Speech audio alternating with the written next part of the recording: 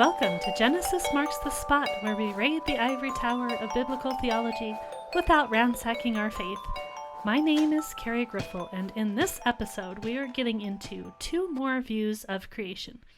In one way, these views seem a bit simplistic maybe, but they're also some of the most practical in a way. Before we dive in though, I want to take a second and thank all of you for listening. My podcast has been going for 3 months now, which is still not very long, and I have so many topics I'm itching to get to, but unfortunately there's only so much time in the day and the week.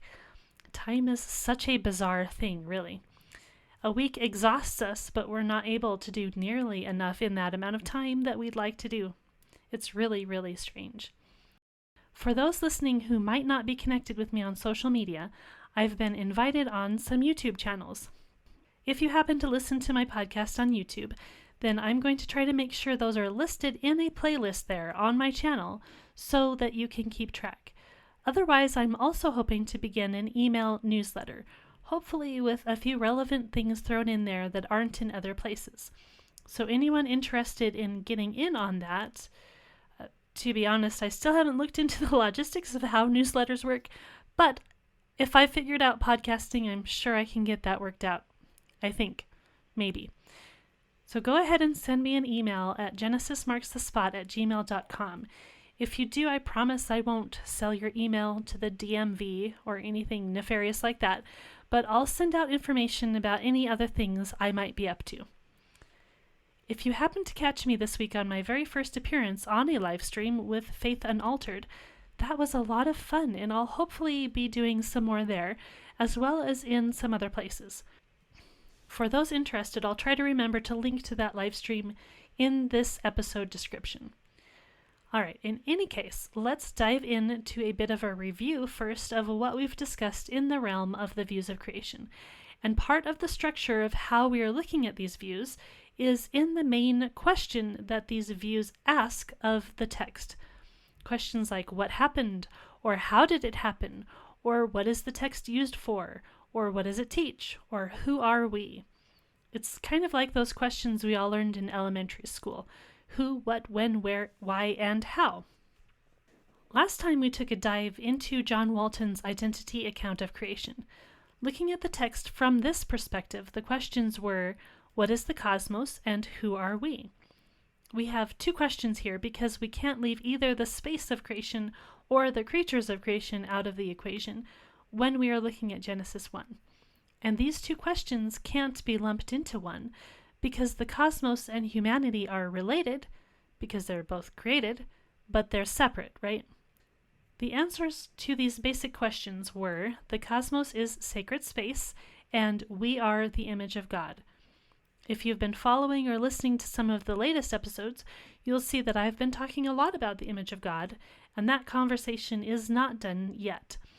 And soon I will be getting into the sacred space motif as well, which is another one of my favorites. Alright, at some point we'll be discussing the literal view of creation and evolutionary creationism and some other things like that. But for now, it's time to get into the analogical view of creation. In a nutshell, the analogical days of creation is an idea that the days of creation are analogous to the typical human work week, or at least the work week that is supposed to have been used by the people of ancient Israel. The days of creation are the way we are to pattern our lives. Why? Well, yes, because working constantly with no rest is not good for us, of course, but there's more to it than that. It's at least that, but it's more than that. I'm going to read a quote I used in my previous episode as a reminder of where we are at here. This is C. John Collins, who, by the way, is not the John Collins of Bible Project fame, for those of you wondering, just to clear that up. All right, quote, "So the 6 days that precede set for us a pattern of God's activity of working, and you can see that most clearly in the way each day ends. And there was evening and there was morning the first day, the second day, and so forth. Just like an Israelite, he'd start in the morning and he'd work until it was evening. Then he'd stop working and then he'd rest during the nighttime. And then it was morning and he'd start the next day. So you see God working just like he told Israel to work. End quote. Okay, so Walton asked the questions, what is the cosmos and who are we? And basically what we are doing here is asking, what was Genesis 1 used for? So this is an application type question.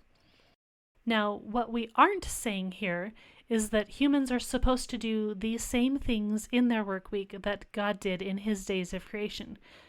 We don't do like fireworks on day 1 because that's when God created light. And just because God created animals on the 6th day, that doesn't mean we can skip out on feeding our pets or cleaning their litter boxes every day except Friday, right? Now, our plants might live if we only watered them on Tuesday, but that's probably not quite our aim in reading the text this way. So what matters in the way that these line up then, if it's not the creative acts? Well, the major focus here is on the Sabbath day. Collins asks the question, why do we even have this account in the Bible? What purpose does it serve? If, as he and many others suppose, Moses wrote Genesis, then why Genesis 1? What need of the people did this address or serve? The 7th day of creation is described in the first 3 verses in Genesis 2. You've probably all noticed that, right? That Genesis 1 cuts off kind of oddly. Well, we have to realize that the chapter and verse breaks were introduced long after these books were written. This section of Genesis shouldn't have been broken up like this, but it is what it is at this point. All right, so here is the 7th day. In Genesis 2, verses 1 through 3. Thus the heavens and the earth were finished, and all the host of them. And on the 7th day God finished his work that he had done, and he rested on the 7th day from all his work that he had done. So God blessed the 7th day and made it holy, because on it God rested from all his work that he had done in creation. End quote. For the rest of the book of Genesis, the 7th day isn't mentioned a single time again. So that's kind of weird. We need to wait all the way into the wilderness wanderings in Exodus before the Sabbath is mentioned again. And the way that it's mentioned, or the times that it's mentioned, is a little strange. We could kind of assume that this whole time, from the beginning of creation, the Sabbath was observed. But we have to assume that because it's never mentioned in Genesis. It's not completely unreasonable to assume that there was a general knowledge or observance of the Sabbath, though, because its first mention is before the law was given at Sinai. But there might be some problems with that. Let's just go ahead and read it real quick. This is in reference to the manna which came from heaven to feed the people in the wilderness. Exodus 16, verses 22 through 30 say, On the 6th day they gathered twice as much bread, 2 omers each. And when all the leaders of the congregation came and told Moses, he said to them, This is what the Lord has commanded. Tomorrow is a day of solemn rest, a holy Sabbath to the Lord. Bake what you will bake, and boil what you will boil, and all that is left over lay aside to be kept till the morning. So they laid it aside till the morning, as Moses commanded them.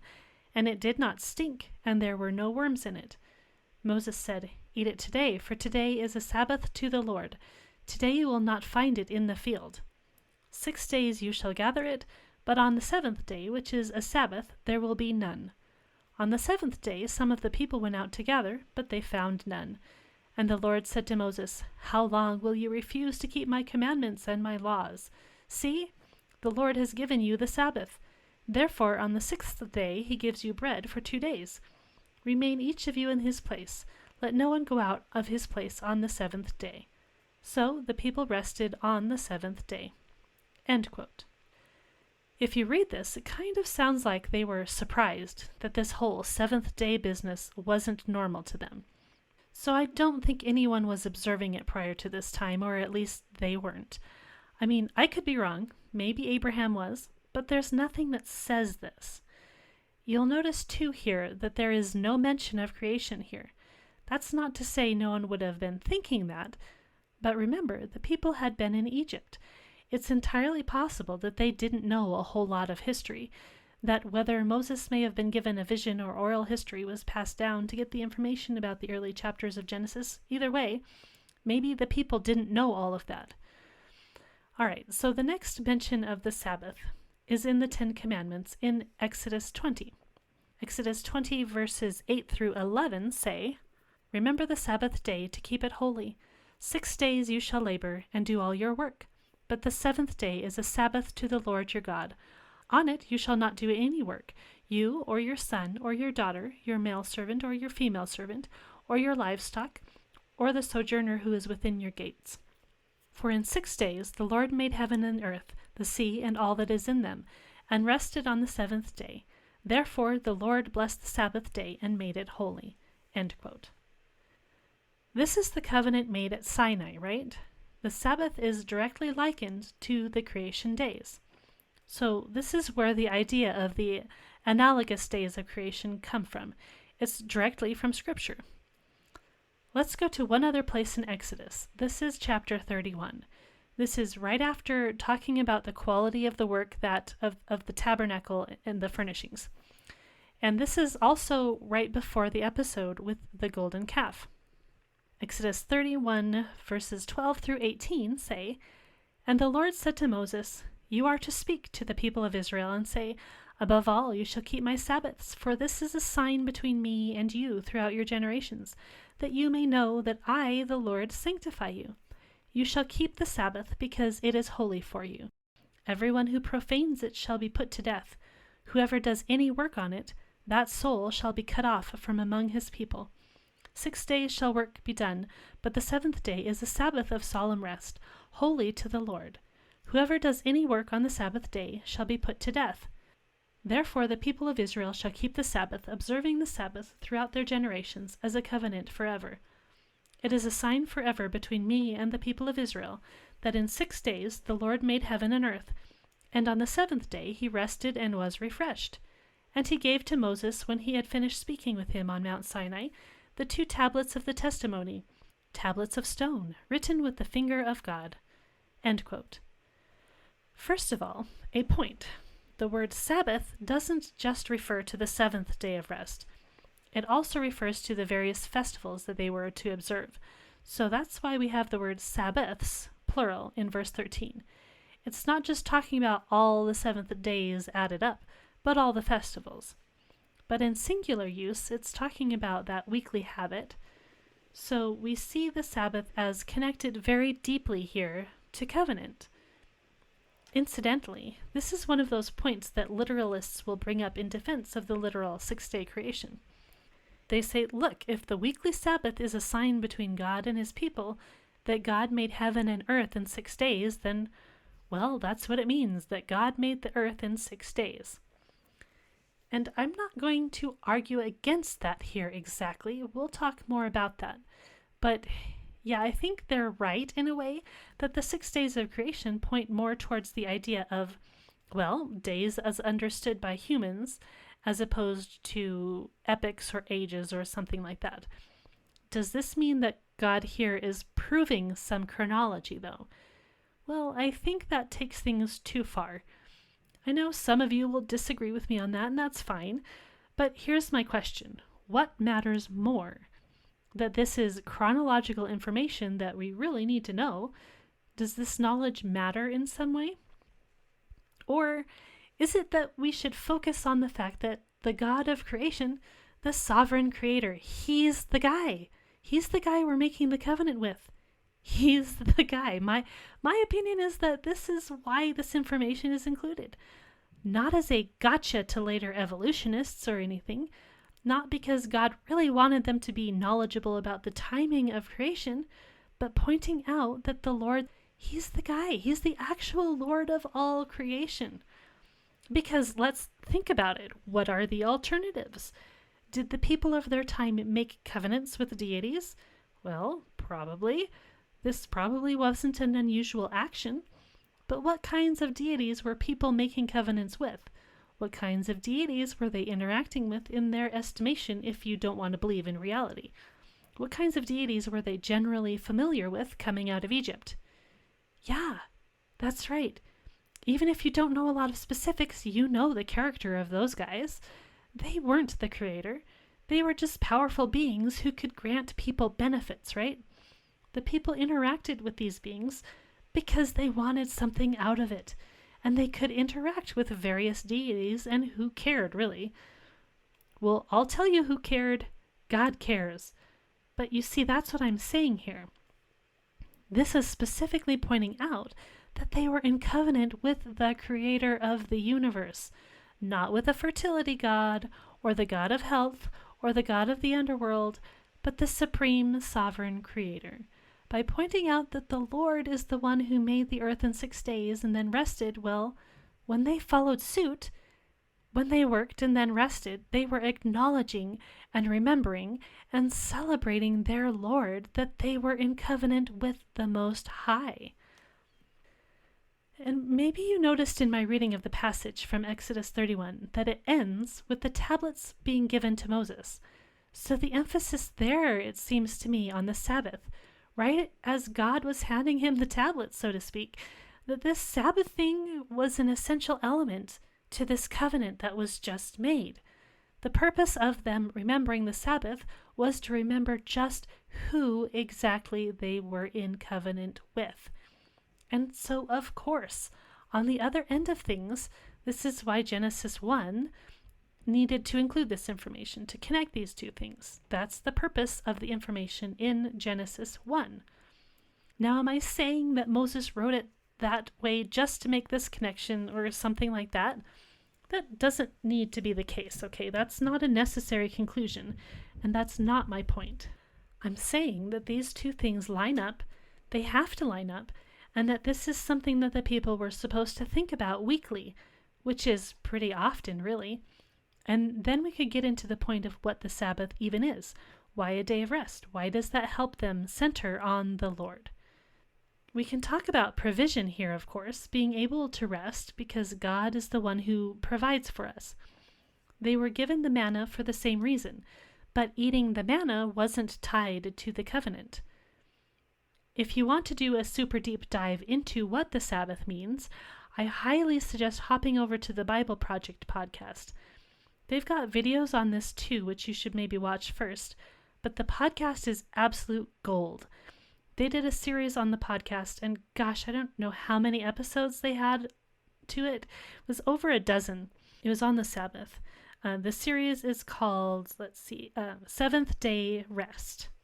So check that out if you want to. The Sabbath is mentioned one more place in Exodus in chapter 35. There it serves once again as kind of a concluding statement of some kind. And there's a reminder to do what the Lord has commanded, and it says, "Whoever does work on the Sabbath shall be put to death." Pretty intense, really. It mentions not kindling a fire specifically as well. You know what's interesting? A lot of times we have a law or a rule in the Bible, and there aren't any stories of what happened to people who violated the law. Did they really follow all these laws and carry out their punishments? Honestly, we don't know. But in the case of the Sabbath, we do have a place in Numbers 15. Let me read that because it's weird. Numbers 15:32 through 36. While the people of Israel were in the wilderness, they found a man gathering sticks on the Sabbath day. And those who found him gathering sticks brought him to Moses and Aaron and to all the congregation. They put him in custody because it had not been made clear what should be done to him. And the Lord said to Moses, "The man shall be put to death. All the congregation shall stone him with stones outside the camp." And all the congregation brought him outside the camp and stoned him to death with stones, as the Lord commanded Moses. End quote. So this guy is gathering sticks, and they bring him into Moses, and it's weird here that they don't know what to do with him after putting him into custody. Didn't they read Exodus 35? Of course, we read the Bible in a kind of sequence, but who knows if Exodus 35 had been written at this time, right? Did you ever think about that? That the people who are going along in these stories, they might not have actually had everything written out previously for them as it went along. It's possible that they really didn't know what to do, and this story, this event, was why that bit in Exodus 5 was included. Maybe this was the event that made Moses go out and tell the people, look, obey the Sabbath or else, right? See what it gets you if you don't. In the chapter in Numbers, it never said anything about building a fire, like Exodus 35 mentions. But the guy is gathering sticks, so it's a pretty safe bet that he wasn't gathering them just to play fetch with the dogs in the camp. But why death? That seems pretty serious. And I don't want to give some unsatisfying, simplistic answer here, but the covenant that the people made with God was serious, and this, at minimum, reflects that. It's probably got a lot more packed into that, but I'll leave that for you to ponder for the moment. All right, so I've pointed out here the connection of the Sabbath with the covenant at Sinai, and this is part of Collins's argument, but it's not the whole thing. I guess it's the part I like the most because it connects it to the covenant and to creation, and that's amazing, so I love it. Some of the other things Collins points out are interesting. I'm not fully convinced of all of them, but let's get into it a bit more. So why rest, and why does or would God rest? Well, similar to what Walton says about how the seventh day doesn't have an ending, and this means not really that God is doing nothing, but rather that God is engaged in creation.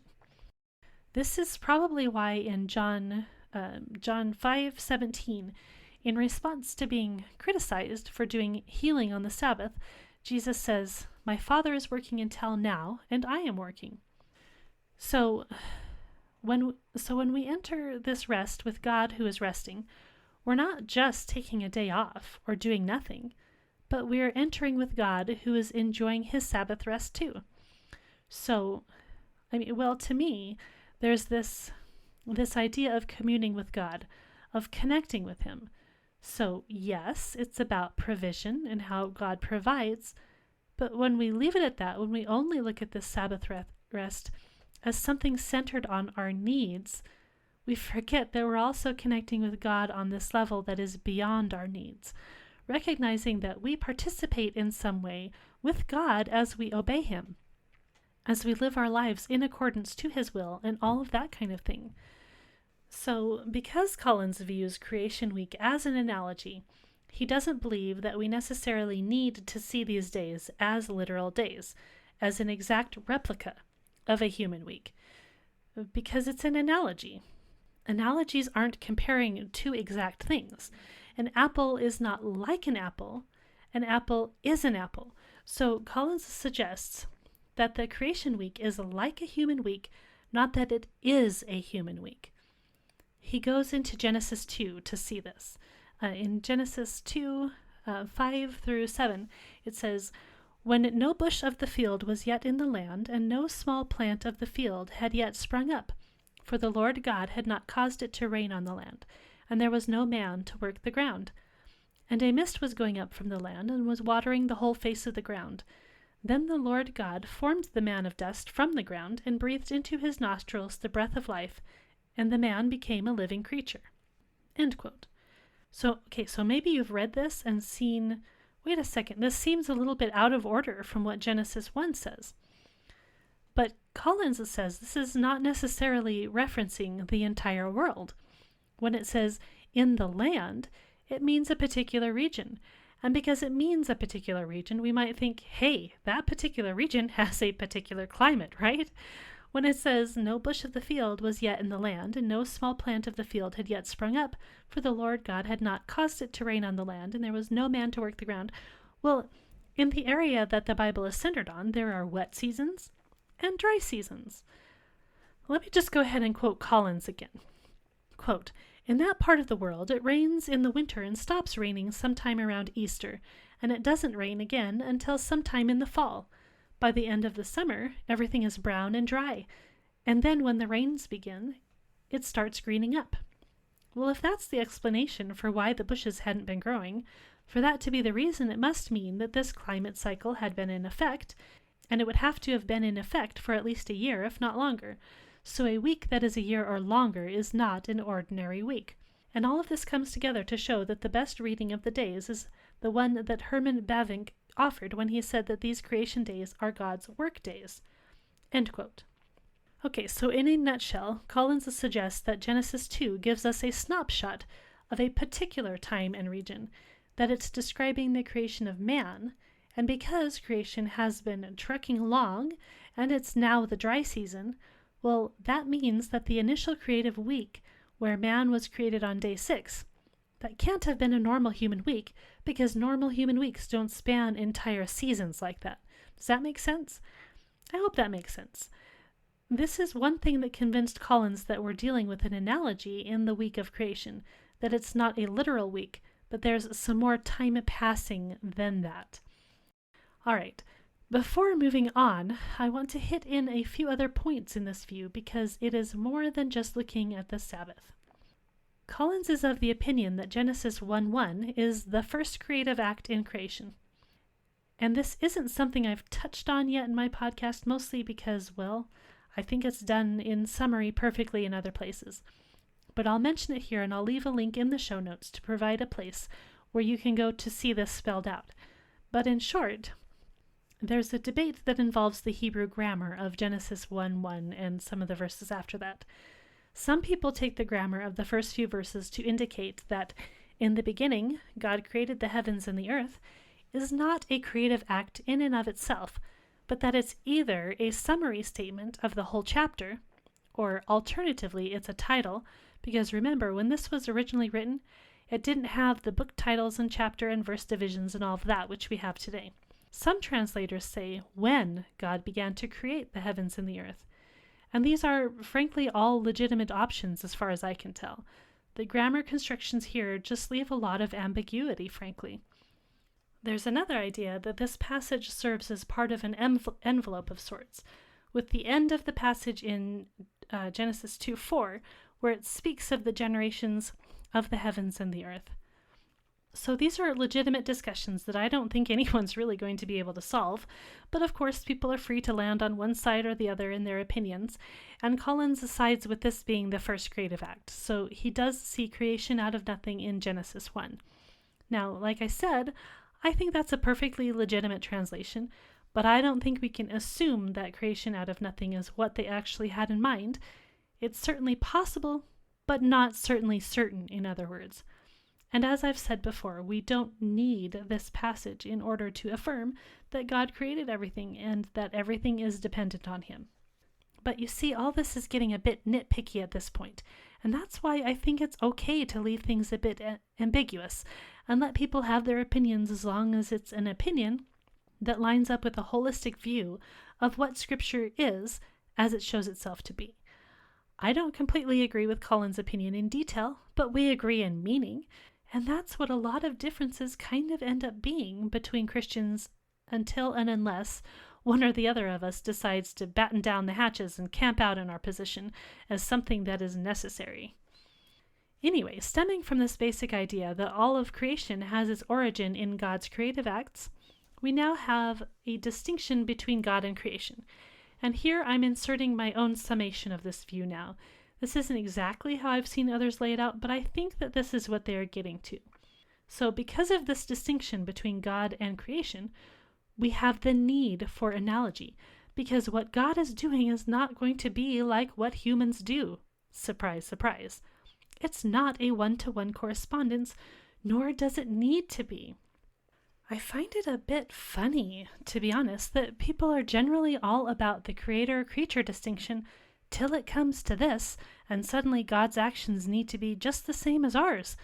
The description of a week where humans only enter in on the 6th day suddenly needs to be the exact same as our week, despite the fact that it doesn't start out with a solar system. Anyway, moving on, what God created was deemed good and very good, right? So creation, the material world, there is nothing inherently wrong with it as God made it. I'm going to give another quote from Collins because I like this. Quote, "In fact, God was pleased with what he made. He liked it. Since we're Christians, we must also think of God as the Redeemer, but his purpose in redemption is to restore his broken creatures so that they function properly as they did at first.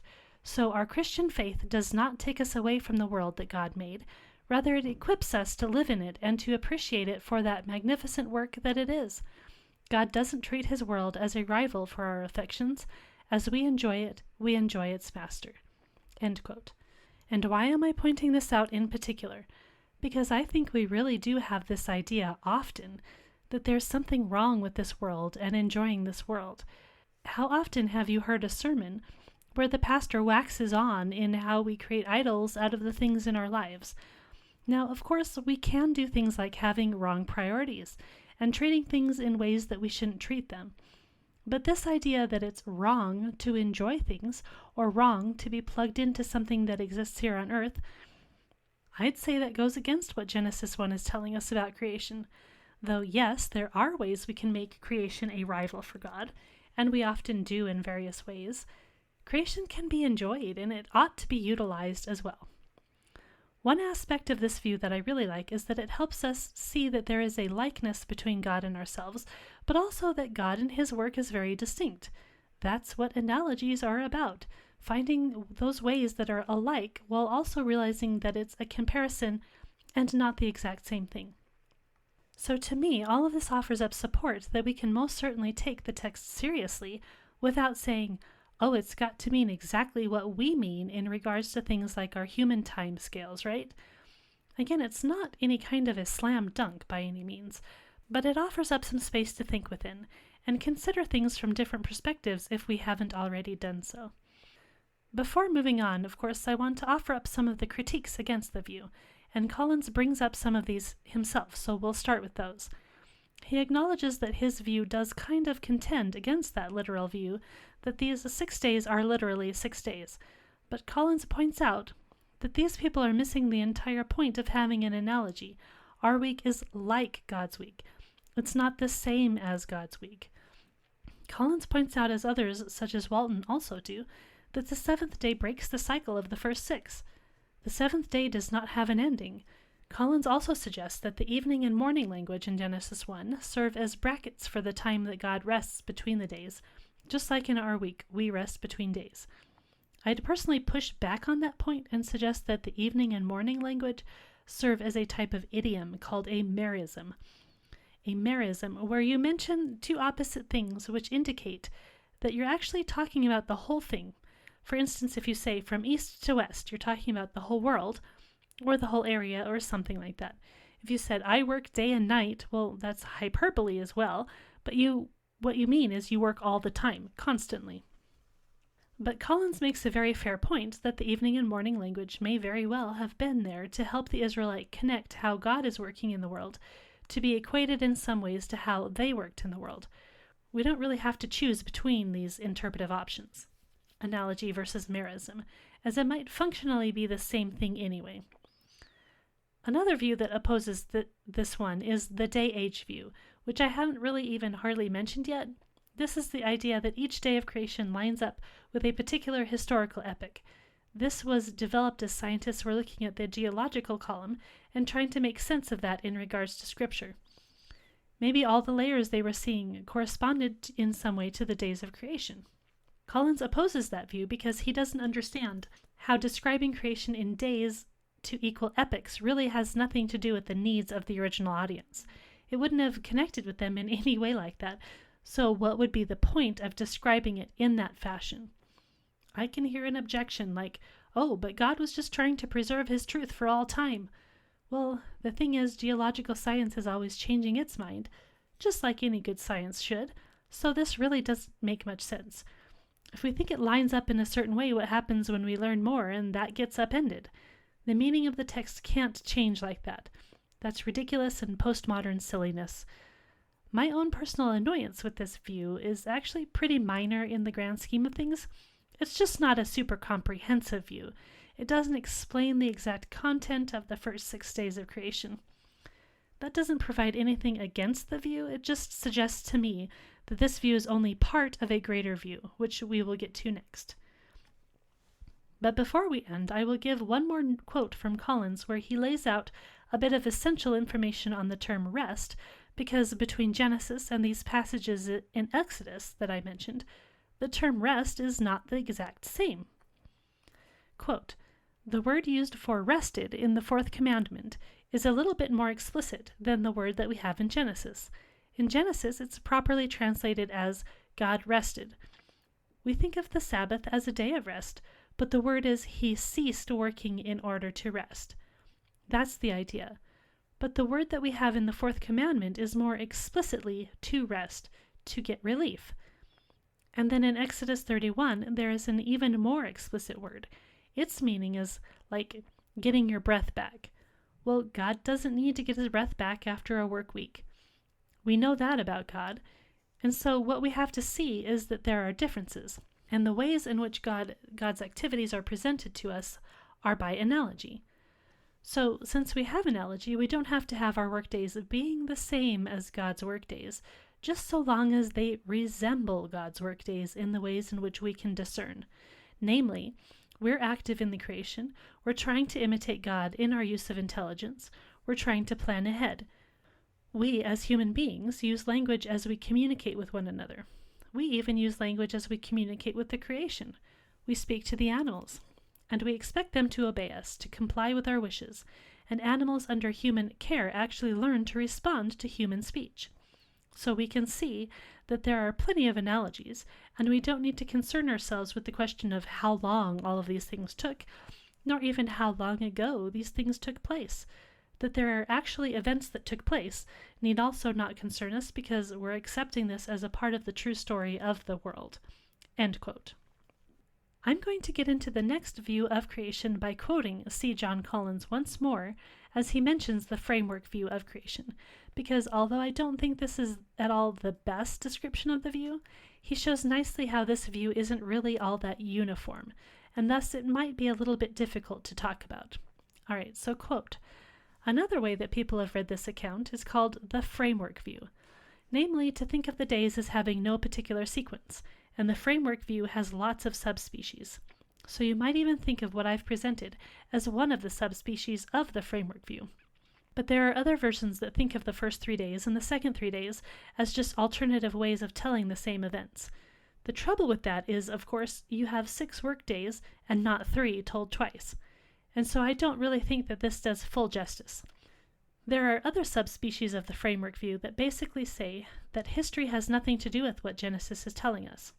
However, in the presentation in the Bible, the creation account is how the story got underway, the true story of the world, and so it seems to me that we have to accord some kind of historicity to the account in Genesis. It's about events that really took place.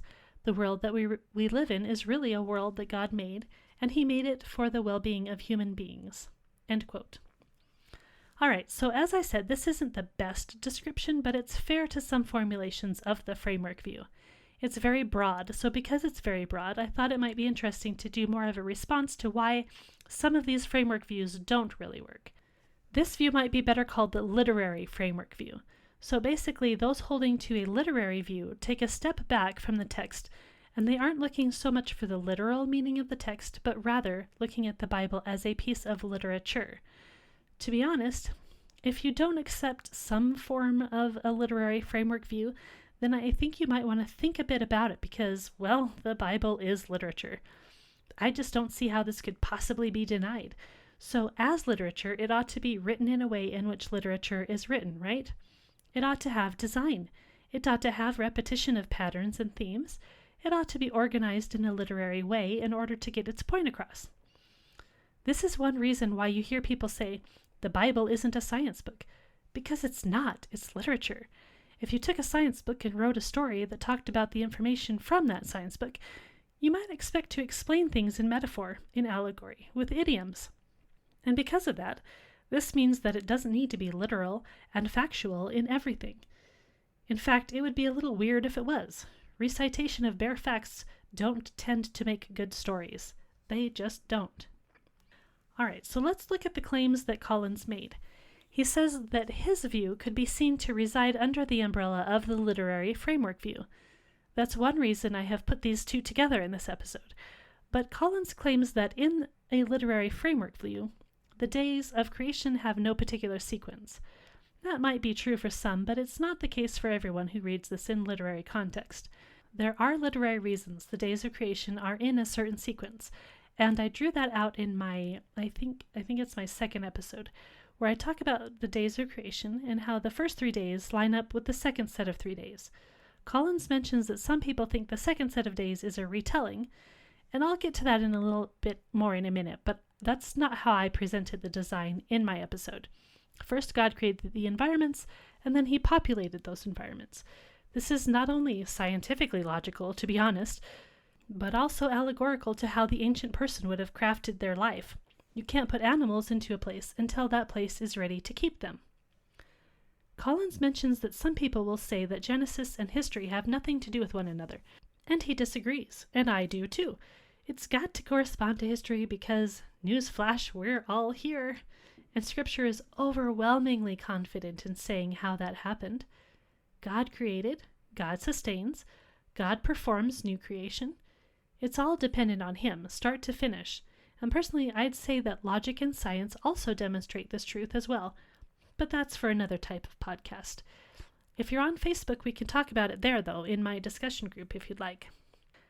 All right, so far we've kind of knocked down a few ideas and structured how we might think about this view. Though a literary framework might in some sense go against a literal view of creation, we do not need to take that to mean there is no historicity, that it's just randomly described without any structure, that it doesn't correspond to the world, etc., etc. So what we do want to say is that in this structure, the literary design is there to describe a reality that is also there, but that might not be exactly like how the text describes things, because language and imagery are useful and flexible. I call my daughter a mermaid, but you know she's not really a mermaid, right? But I think it's much more descriptive than saying she loves to swim, because not only does she love to swim, but she loves hanging out at the bottom of the pool. So it's okay to combine some logic and physical evidence to realize that, oh, this isn't absolutely descriptive in every way. So then let me think about how it might be descriptive.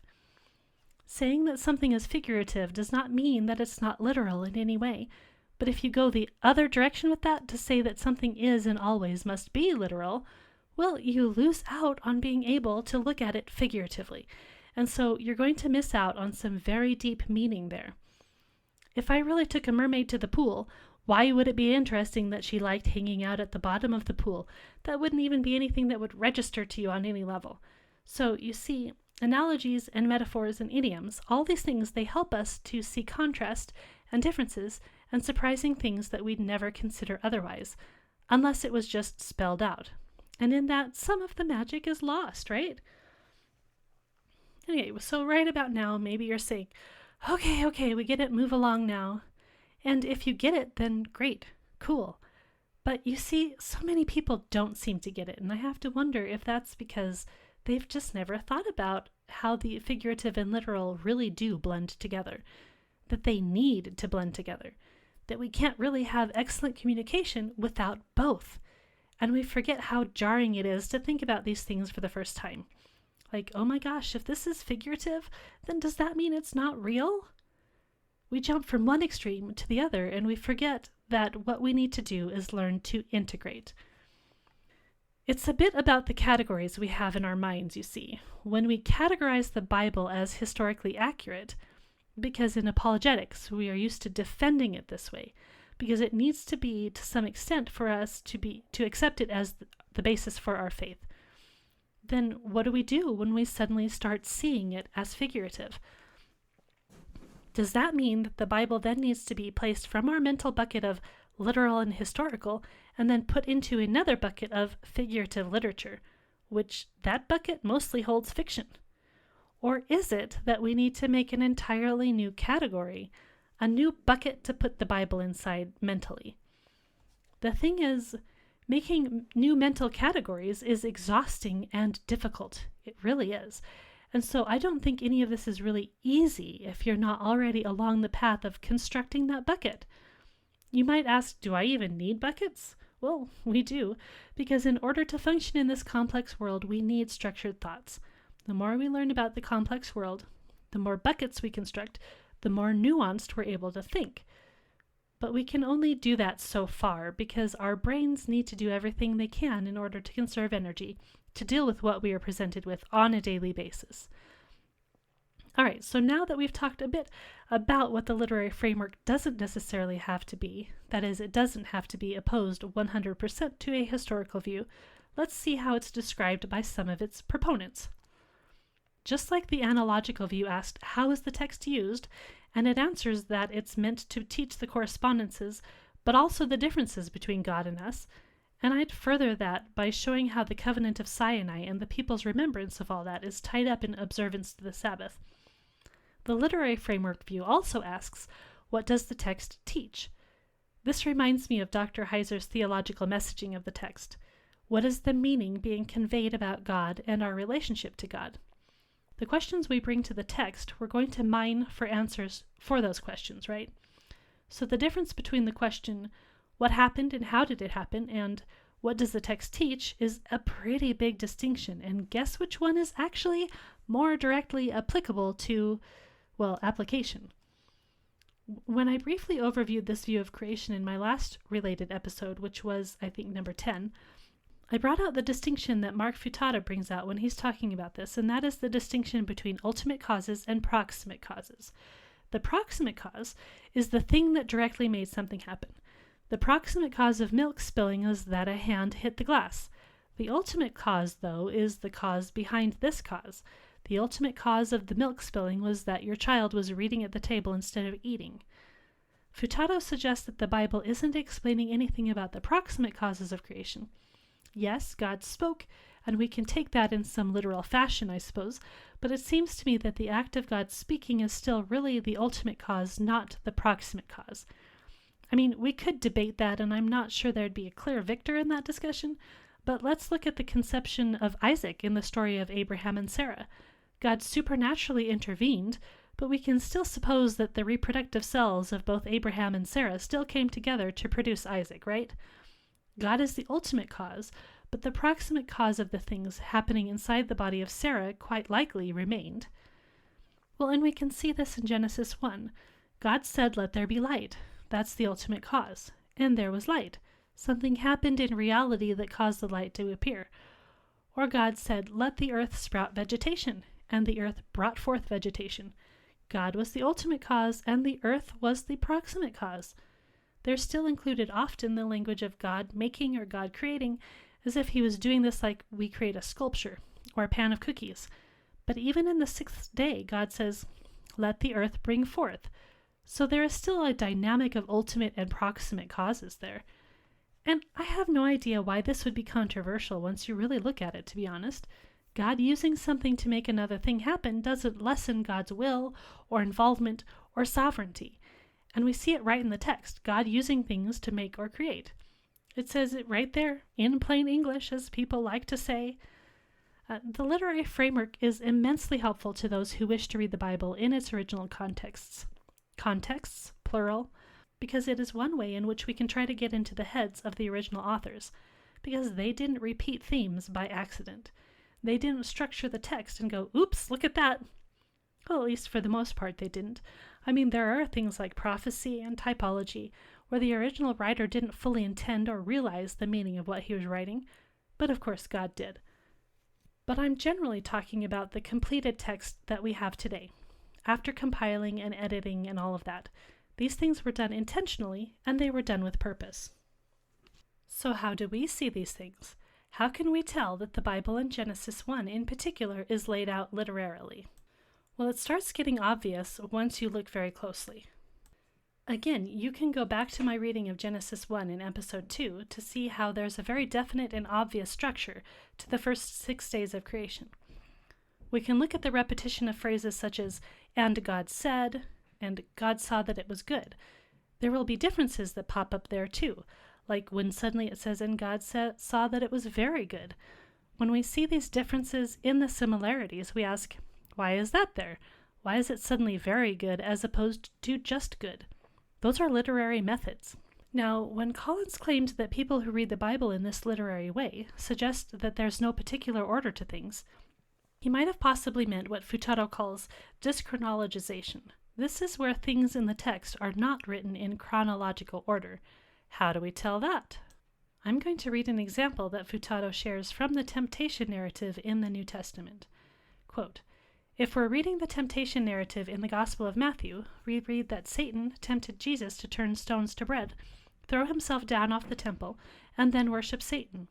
However, if we read that same story in Luke, we find that Satan tempted Jesus to turn stones to bread, to worship him, and then to throw himself down off the temple.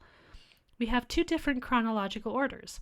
Now, it's possible that neither of these authors has chronology in view. It's possible that one has chronology in view and the other doesn't. If I were going to pay money and take my pick, I would say that Luke, the physician, would be more likely to put things in chronological order than Matthew, who was more of the artist. But the point is, our exegetical question is not, which is the order that really took place in time and space? Our exegetical question is, why does Matthew give us his order? What is he teaching us by that order? And why did Luke give us his order? What is he teaching us by that order? And I doubt that part of the answer to either of those questions is, well, because this is the order that actually happened in real time and space. No, they have theological reasons for shaping the text the way they do, for dischronologizing the text. Now, this is not to say that they have falsified anything, because ancients were aware that you could tell a story in chronological order, or you could tell it in topical order, much like we could rehearse what we did on vacation either chronologically or topically, just different ways of presenting the data." End quote. So what about Genesis 1? Futato compares days 1 and 4. What does God do on day 1?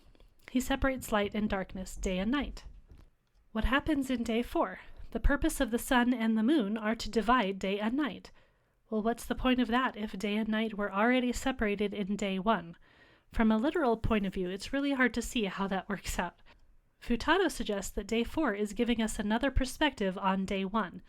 And here's what Collins means when he suggested that some read the second set of 3 days as just being another recounting of the first 3 days. So you see, when you read this text literarily, it's easy to come to slightly different conclusions. This is probably also why some people dislike this way of reading. I personally think that Futato here is still taking the text and reading it in too literal of a way. Like, these 3 things happen separately, maybe not in this order, but like this. But it's hard to separate out the ideas of where literal is and where figurative is.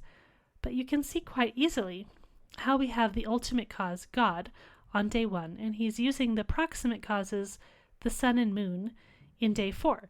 So day 4 presents the same thing in day 1, just amplified. Now, just an aside and a mild criticism on my part. That works great in days 1 and 4. I'm not quite sure that amplification is how I'd read the comparisons of days 2 and 5 and days 3 and 6. If we say the same things about those days that Futato says about days 1 and 4, then what do the birds and fish have to do with the separation of the waters, and what does the creation of animals and man have to do with the separation of land and the production of plants? But the general idea of what he's saying is, I think, spot on. They amplify one another in the sense of meaning and fullness, I guess we might say. Well, there's a lot more detail we could go on in here, but maybe another time. I don't think there's a whole lot more I need to say specifically about this view, because as I expect you can see, it's pretty integrated to the way I read Scripture and the points I try to draw out. But I definitely want to include one more quote from Futato. Quote, "The direction that the dischronologization of Genesis 1 leads us to is to see that there is a topical arrangement with an emphasis on day 3 and day 6, and a particular emphasis on what we could call day 3b, the second act of creation, vegetation, and day 6b, the second act, the creation of humanity, because this text in particular is written to an ancient agrarian society, which is asking itself the question, where are we going to get the grain that we need in order to live, in order to survive? And the answer is that it is the God of Israel, who from the very beginning has been the provider of vegetation for humanity. And so in particular, one ought not to turn to Baal or any other Canaanite deity to look for the supply of the vegetation that leads to life. These are theological questions that the text is intending to answer, not modern scientific questions. The text is teaching us about, metaphorically speaking, how to go to heaven, not how the heavens go. The text is not teaching us, in Calvin's words, astronomy or other recondite arts. It's teaching us theology about the true and living God and about humanity and how humanity fits into the world that God made. I find it fascinating how much the Bible works to point out the differences between Yahweh God and the gods of the nations that people of the time would otherwise be turning to. In all of these views of creation so far, in fact, that is integrated deeply into the meaning of the text. And why wouldn't it be? We know how steeped the people of the time in general were in these general ideas. And we see over and over how the people of Israel did in fact turn to other gods time and time again. The Bible isn't a story of God's faithful people. It's a story of God, the faithful himself. And the people need a whole lot from that God, but not in a transactionary way. One thing that would be good to get in deeply with this view is ancient cosmology, or how the ancient person would have viewed and structured the world. For sure, we don't have time to do that justice, so what we're going to do instead is touch on the point of the dating of the book of Genesis. When was it written? The answer is, I don't know, but the question is a good one for our purposes in this episode because the purpose of the text is going to be dependent on when it was written, or when the people had it. I haven't taken any polls on this, but I'm going to go out on a limb and suppose that the most common view of the writing of Genesis is that Moses wrote it. But of course, Moses didn't live through any of the events in Genesis, so either he got visions, or heaven forbid, was put into some sort of trance to write it, which the trance thing I don't think is the right way to look at things, but that's another topic. Or there is, of course, the possibility of oral tradition having been passed down. So there's plenty of ways that Moses could have written Genesis. The main reason I think that people take this position, though, or actually really there's two reasons. One is that this is just the traditional way of looking at it. So it's assumed there's a reason for that, right? That people had a valid reason for thinking Moses wrote it all, and why buck against that long train of belief? But also, Jesus referred back to the books of Moses, and this is assumed to mean that Jesus believed Moses wrote them all as well. And of course, if Jesus believed or said something, well, there we go. But the question now is that what Jesus meant? Do we have to take a reference to the books of Moses to mean that he wrote them with maybe a touch of editing here and there? I want to put on the Jeopardy music here or something, because do you see how this in particular as well relates to what I've been talking about? If literal one-to-one correspondence is not always necessary in interpretation, then the conversation now opens up here. Did Moses have to literally put pen to parchment or papyrus in order to have these books known as the books of Moses? Now, of course, there ought to be some connection, right? Because we're not going to deny historicity along with accepting literary design. But it opens up possibilities. That's what I'm saying. So when we're looking at the dating of texts, we don't have any manuscripts that are any earlier than the Dead Sea Scrolls, which the oldest of those are around 2 centuries before Christ. Obviously, this was still well after all the biblical texts were written. So how do we date things in that case? Well, traditional views can give us a starting point. The idea that Moses wrote these books suggests that if there's any core that is earlier than Moses, then it's either tradition itself or oral history. And because we believe in an ultimate author of the text, we can take this as correct oral history if that's the case. So it's possible for the stories in Genesis to greatly predate Moses, and really that's kind of necessary since they tell the tale of how the people got to be in Egypt, right? Okay, but let's back up for a moment here. The books of Moses, what would those be? They would be the first 5 books of the Bible: Genesis, Exodus, Leviticus, Numbers, and Deuteronomy. These are also called the Torah or the Pentateuch. Who is arguably the main character in these books? I'd suggest Moses is, because he's the guy who leads them out of Egypt and through the wilderness. The only book he isn't prominently in is Genesis. But you can't leave Genesis out of this entire narrative because it leads up to everything else. So if Moses is the main character in the books, in a sense, then Genesis is going to be bound up with it as, if nothing else, a prologue or something setting it all up, right? And the entire structure of these 5 books is integrated in a deep, deep way. They are separate scrolls with separate purposes in each book, but they belong as a unit. Why else might these be books of Moses? Well, because he legitimately has a lot to say in them. There are speeches by Moses, conversations that Moses has with God, information about events that only Moses would know, but of course there are events that Moses wouldn't be present for too. But God directly told Moses to write things down. Do we need to then assume that when God told Moses to write, was all of these books as we have them now? Honestly, no, we don't need to assume that. But he did do a lot of writing. So it's a safe bet to think that Moses did have a lot to do with the composition of these books. I just don't think it's necessary to say that he's the one who wrote the whole thing. And what evidence do we have for that? Well, it records his death, for one thing. He obviously didn't write that. Moses is always referred to as he rather than I, and there is evidence of place name changes. So there's clearly some editing going on there. How much? In spite of what some people will claim, we really don't know how much, and that's okay.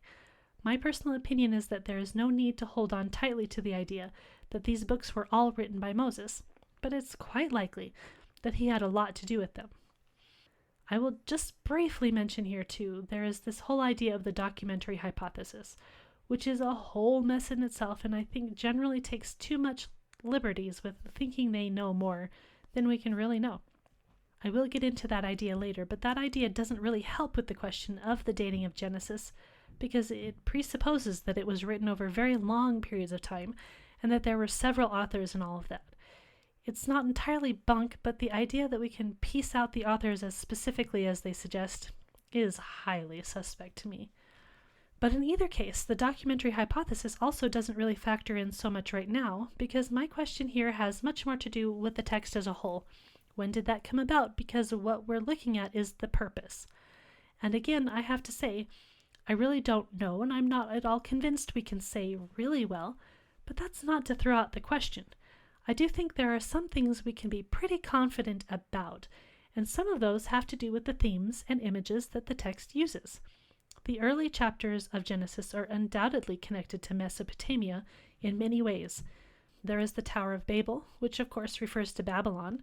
There are the literary parallels with other Mesopotamian texts, which highly suggest that the Bible in some part functions polemically against these, that it's fixing the theology of the period into something that's correct. But here's the problem with all of that in relation to Moses being the author. While Abraham may have come from Mesopotamia, it's a little strange that there is so much content that seems to be steeped in that context in Genesis. Does that mean that Genesis was written later than Moses' time, or does it just mean that Genesis was edited at some point later? That's a pretty common view, that Genesis has an old core, but that it was edited during the time of the exile, when they're in Babylon. In order to know that, we need to look into the potential themes and purposes of the book from the perspective of each time period, and we need to ask, which time frame makes more sense?